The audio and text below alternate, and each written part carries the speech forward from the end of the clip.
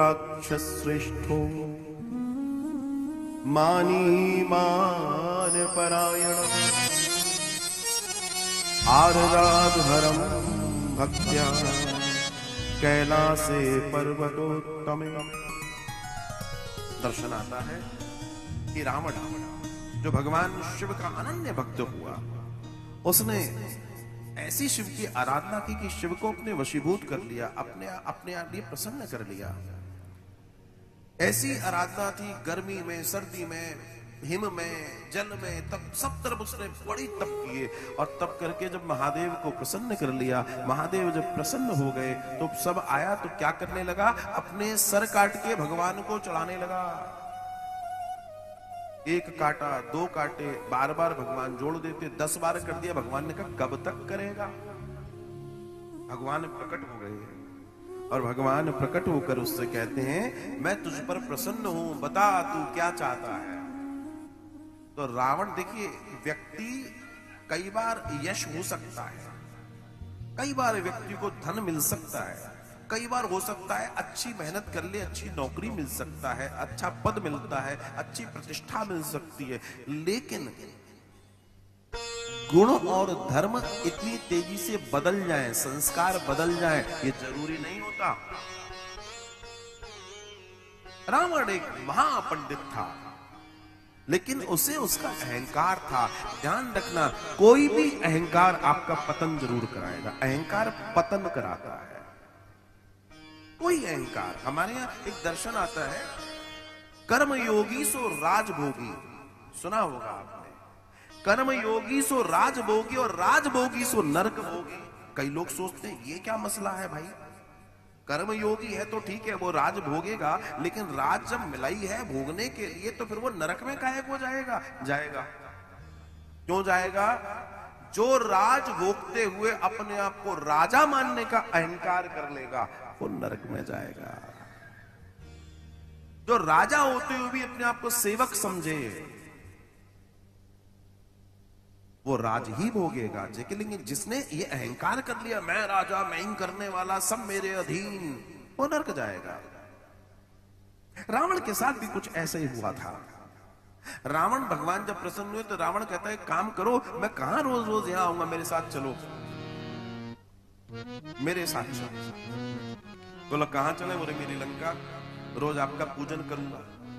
कई बार भक्त ये सोचते हैं कि हमने भगवान को खरीद लिया।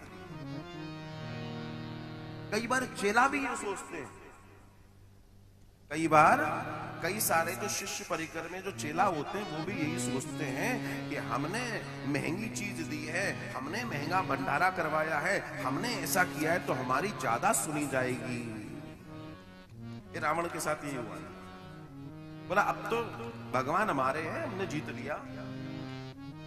दर्शन आता है कि भगवान कहते हैं भैया ऐसा तो संभव नहीं है।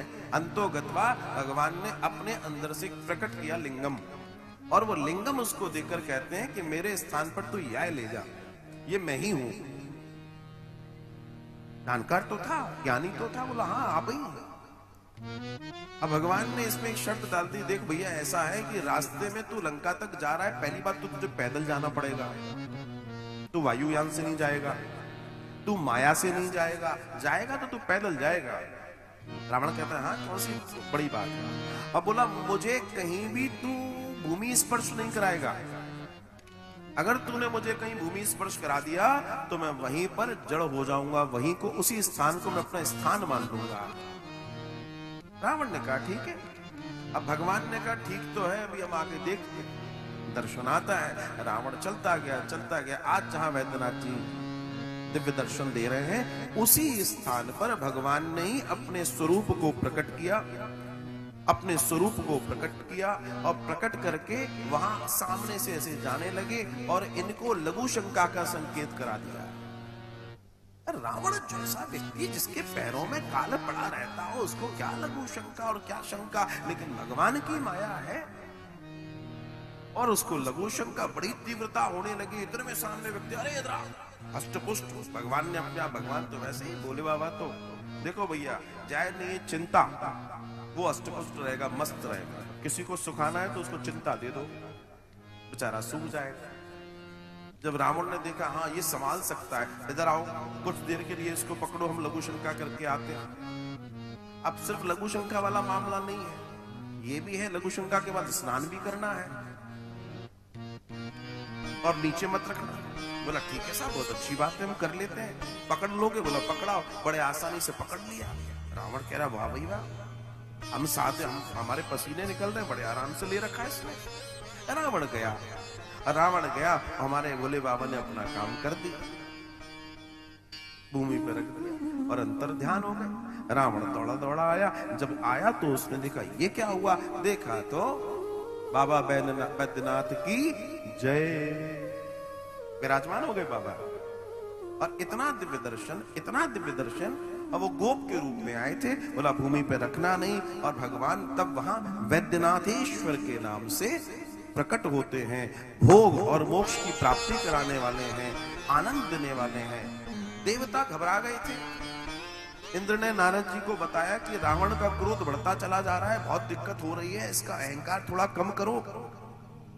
तो कहते हैं एक बार नारद जी भगवान महाकाल की आज्ञा से उनके पास पहुंचे और श्री नारद जी उनसे कहते हैं कि नारद जी कहते हैं कि रावण तुम्हारे अंदर बल तो बहुत है, शिव बहुत छलिया भी है, तुमने शिव पर भरोसा तो कर लिया, लेकिन थोड़ा समझो शिव ने तुम्हें कुछ दे दिया, तुमने चेक किया? बोला मतलब? बोला इतना जो तुमने बल और ऐश्वर्य मांगा है, क्या वास्तव में तुम्हें मिला है? रावण कहने लगे कि नारद जी बात तो सही है। बोला इसको चेक करो। बोला तो कहां चेक करूं? बोला जहां से लिया वही चेक कर लो ना, कैलाश को उठा के देखो, इतना ताकत तुम में है, अगर दी है तो होगी तो उठा लोगे।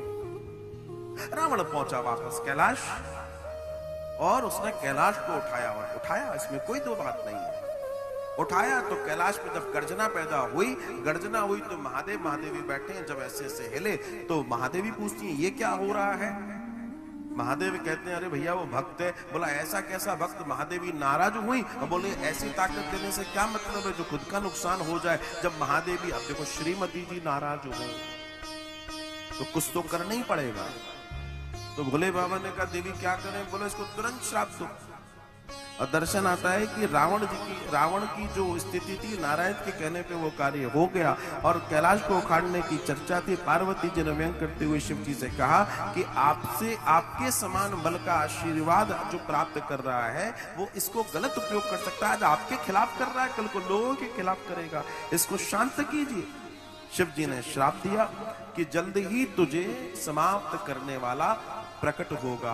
ये किसके लिए कहा था? भगवान श्री राम के लिए।